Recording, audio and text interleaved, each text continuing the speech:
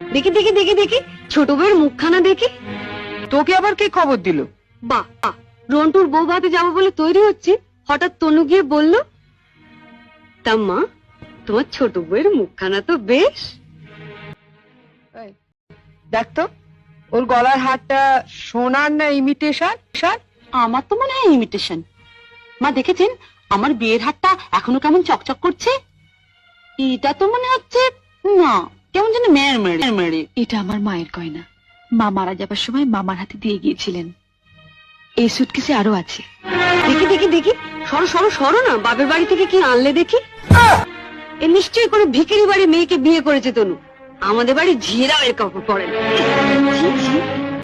এই দেখ দেখ, ই বাবা, লাল লাল হয়ে যাচ্ছে দেখি পাউডার। মা মা মা আমি ঠিক বলছি মা, এই নিশ্চয়ই কোনো বস্তি বাড়ি মেয়ে, নইলে বিয়েতে কেউ এরকম শাড়ি দেয়? দেখ দেখ,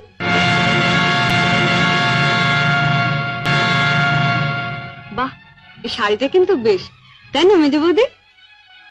মোটামুটি।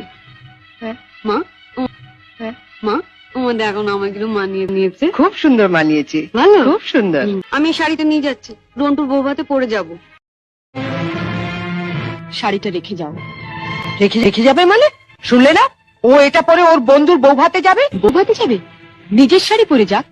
বড়লোক বাড়ি বউ ভিকিরি মেয়ের শাড়ি ধরে টানাটানি করছে কেন? ও মা, মেয়ের কি চোপা গো, আসতে না আসতে। আমি বলছি শাড়িটা ছাড়ো। না, আপনার মেয়ে না বলছিল আমার মামা যেসব শাড়ি দিয়েছে তা নাকি ওদের বাড়ি ঝিও পড়ে না। তামা আপনি